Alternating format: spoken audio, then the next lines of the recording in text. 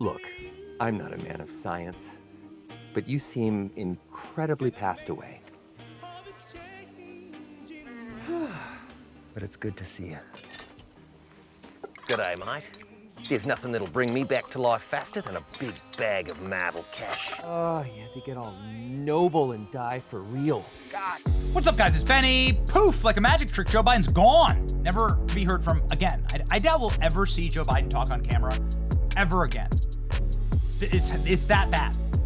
But back when they were still propping up Joe Biden and his DEI running mate and dragging his corpse around and making him say things on camera, Joe Biden said this very interesting line, and we kept being screamed at by people to just listen to Joe Biden and take him at his word. Okay, let's do that. We have put together, I think, the most extensive and inclusive voter fraud organization in the history of American politics.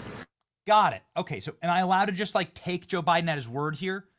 Stop manipulating what he's saying. Stop joking about Joe Biden. Just listen to the man. That's what we were screamed at. He's so wise. He's so smart. He's such a statesman. When he speaks, take him seriously. Stop making fun of him. Okay, fine. Let's do it. We've put together the largest voter fraud operation in American history. That is, of course, obviously how you get results like this in the election. Here's the 2012 election. This is the number of Democrat votes versus Republican. 2016 election. Trump added a little bit to the Republican tally. He ended up winning by a whisker in the Electoral College. Then 2020 comes around and suddenly Democrats just print 20 million votes out of thin air. How'd that happen exactly? Oh, and then by the time Kamala Harris, the DEI body double of Joe Biden, runs, we're right back down to the exact same levels. So you have 3 elections here where Democrats don't earn a single vote more than the next Democrat down the line. And then you have Joe Biden, who was so inspiring that 20 million people, fake people, were just printed out of nowhere. Yeah, got it. Okay. Somebody is really going to have to explain to me where those 20 million votes went. Where'd they go? Exactly. Yeah. I'll show you where they went. 5 charged with election crimes stemming from 2023 Bridgeport primary. In total, there are 271 different state and federal charges for this voter fraud scheme in just one state. Yeah, so when they tell you there's no such thing as voter fraud, show them the federal cases. Now that Dan Bongino and Cash Patel are in charge, I assume there's going to be a lot more federal voter fraud cases hunted down. But there's something else that needs to be hunted down. How do Democrats get so many dollars into their bank accounts? This was something that we've been covering for a while and haven't talked about it in a little bit. And so I want to jump back into this, ladies and gentlemen. Something called ActBlue. Maybe you never heard of it, but it's really important. ActBlue is this massive donation funnel for Democrats. ActBlue doesn't require any type of credit card verification for donations. So effectively, the money can come from anywhere. Just as long as the money's actually hitting the bank account, it just really doesn't matter. There's no way to trace where the money's actually coming from, which seems insane and a obvious opportunity for fraud. Why is that important? Well, because it's illegal to have foreigners fund elections in America, right? It's not some sultan from Dubai or some Chinese Communist Party oligarch can't pour $1 billion into the election. It's not allowed. But you could in this system, and that does, in fact, happen. Get a load of this. Carrie Alberti is a 79-year-old living in poverty in the Virginia Richmond suburbs. She can barely afford her apartment that's rent is less than $2,000 per month. Yet Carrie Alberti, who's 79 years old, little old lady living in rent control, according to ActBlue, has donated 22,000 times to Democrats, totaling nearly $1 million in the last 500 days. Something don't look right here. This is, of course, according to ActBlue. ActBlue is just saying, nope, sorry, the money comes through. James O'Keefe deserves a ton of credit for walking up to people's houses and saying, yo, did you donate millions of times to Democrats? And everyone's like, no. there's literal evidence that these people are, what's happening is that it's identity theft. So maybe they did donate one time. This system then steals their name and address, and then they funnel money through on their names. And then they dare people to go investigate. James O'Keefe did. He found out that nobody actually was donating. None of these people said that they donated, especially impoverished people. But there's a ton of these. There's millions of these. One Virginia donor, 22,000 transactions. This is the one that we were talking about. There's a massive, massive, massive list of this. Example after example after example of literal money laundering through this Democrat donor organ called ActBlue. Okay. That gets us along nicely to the current state of ActBlue, which isn't good. Something insane is going on inside of ActBlue. The rats are literally fleeing the ship. Get a load of this. ActBlue, the Democrat fundraising powerhouse, faces internal chaos. At least 7 senior officials have left the group, setting off deep concerns about its future as it confronts scrutiny from congressional Republicans. Oh, once you start investigating, you start to realize that ActBlue, the online fundraising organization that powers the Democrat candidate, has plunged into turmoil. The departures from ActBlue, which help raise money for Democrats running for office at all levels of government, come as the group is under investigation by congressional Republicans. They have advanced legislation some Democrats warn could be used to debilitate the party's fundraising operation. Oh, really? Well, well, well.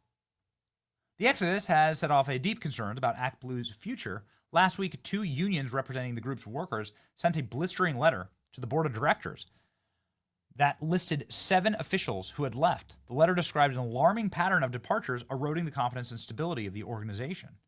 Oh, and it gets worse, ladies and gentlemen. Here's a summary from Charlie.